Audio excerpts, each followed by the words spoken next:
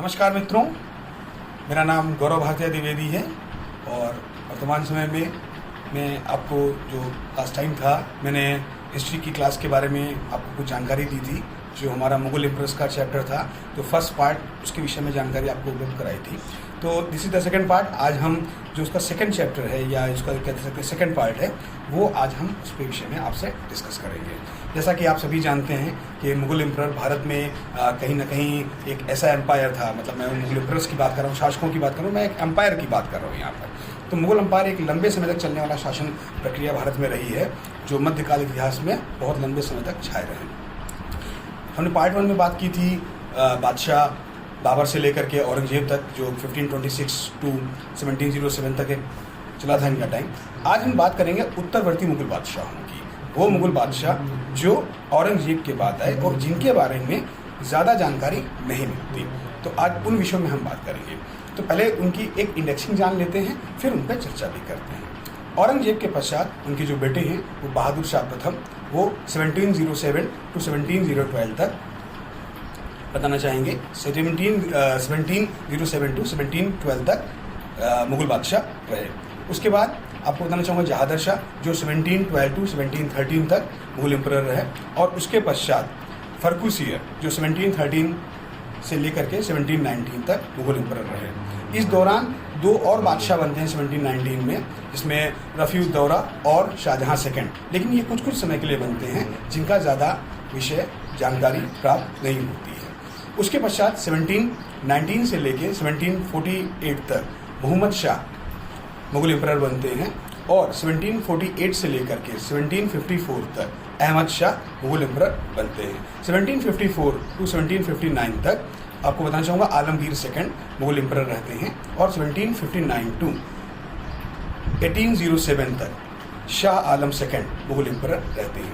1807 से लेकर के 1836 तक अकबर सेकंड मुगल एम्परर रहते हैं और 1836 से लेकर के 1857 या कह सकते हैं 1858 तक बहादुर शाह जफर या बहादुर शाह सेकंड मुगल एम्परर रहते हैं और ये लास्ट मुगल एम्परर रहते हैं।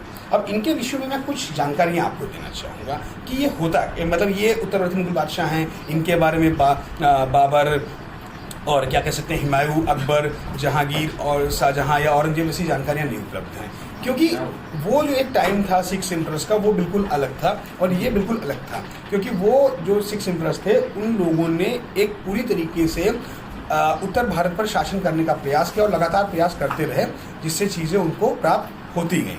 लेकिन ये जो मुगल बादशाह थे उस समय तक, इनके समय तक, मतलब कहने का आशय ये है कि इनके समय तक मुगल डायनेस्टी जो थी वो डाउन पे आज हो रही थी, नीचे जा रही थी। जैसे औरंगजेब का जो कड़ा शासन था, एक जो धार्मिक नीति जिसकी वजह से भारत में मुस्लिम विरोधी जो मुस्लिम शासन था उसके विरोध में लोग उत्पन्न होने लगे, तो कहीं ना कहीं औरंगजेब के पश्चात जो ये बादशाह बने तो इनका जो एक टाइम था वो डाउनफॉल देगा मुगल डायनेस्टी में। जब बहादुर शाह प्रथम शासक बनते हैं मुगलर्स के, तो आपको मैं बताना चाहूँगा मराठा और सिख एक कह सकते हैं ह्यूज पावर के रूप में बढ़ रहे थे।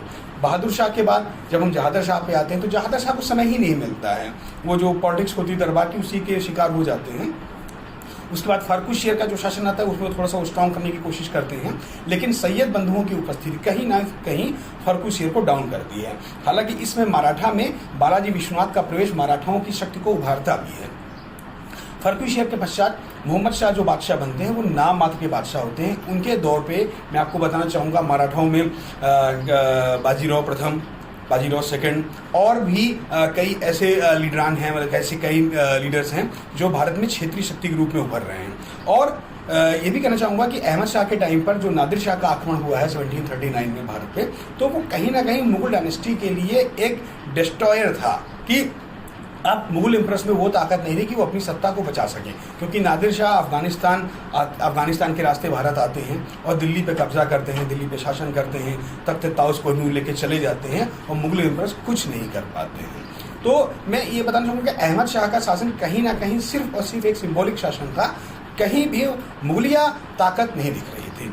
अहमद शाह के पश्चात मैं माफ़ी चाहूँगा, मोहम्मद शाह जो शासक थे उस समय, मोहम्मद शाह के पश्चात अहमद शाह शासक बनते हैं। तो अहमद शाह का शासन बिल्कुल नाम मात्र का शासन था, क्योंकि अहमद शाह अब्दाली के आक्रमण शुरू हो चुके थे अफगानिस्तान की तरफ से, और भारत में एक कह सकते हैं कि अफगानों ने सपना देखना शुरू किया था कि हम अपना शासन ले आएंगे। लेकिन इधर मराठा भी प्रबल हो रहे थे। अहमद शाह के पश्चात शाह आलम सेकंड जो शासक बनते हैं, तो उनका शासन कहीं भी बेहतर शासन नहीं कहा जा सकता है, क्योंकि वो अगर महाजी सिंधिया ना होते तो दिल्ली जा भी ना पाते। महाजी सिंधिया की सहायता से ही उनको दिल्ली भेजा गया था। उनका शासन तो एक बस आप ये मान सकते हैं कि प्लासी का युद्ध हो, चाहे पानीपत थर्ड वॉर हो, या बक्सर का युद्ध हो, सारी चीज़ें जो हैं उन्होंने देखी। हालांकि प्लासी के युद्ध में मैं आपको बताना चाहूँगा कि कह सकते हैं कि शाह आलम सेकंड आलमगीर सेकंड शासक थे। तो प्लासी का युद्ध 1757 में हुआ था, तो आलमगीर सेकंड शासक थे।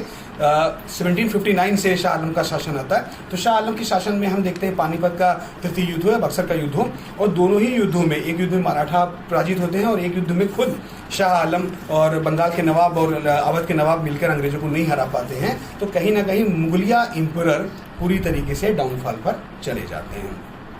शाह आलम सेकंड के पश्चात 1807 में अकबर सेकंड शासक बनते हैं। अकबर सेकंड एक ऐसे शासक हैं जो सिर्फ और सिर्फ अंग्रेजों की पेंशन पे आधारित थे, और इन्होंने राजा राम मोहन राय, जो कि बंगाल के एक कह सकते हैं कि नवीन सोच वाले व्यक्ति थे भारत के, और उन्होंने अकबर सेकंड ने राजा राम मोहन राय को राजा की उपाधि दी और उनको इंग्लैंड भेजा कि आप जाइए और हमारी पेंशन बढ़ाने के लिए उनसे बात कीजिए जाके।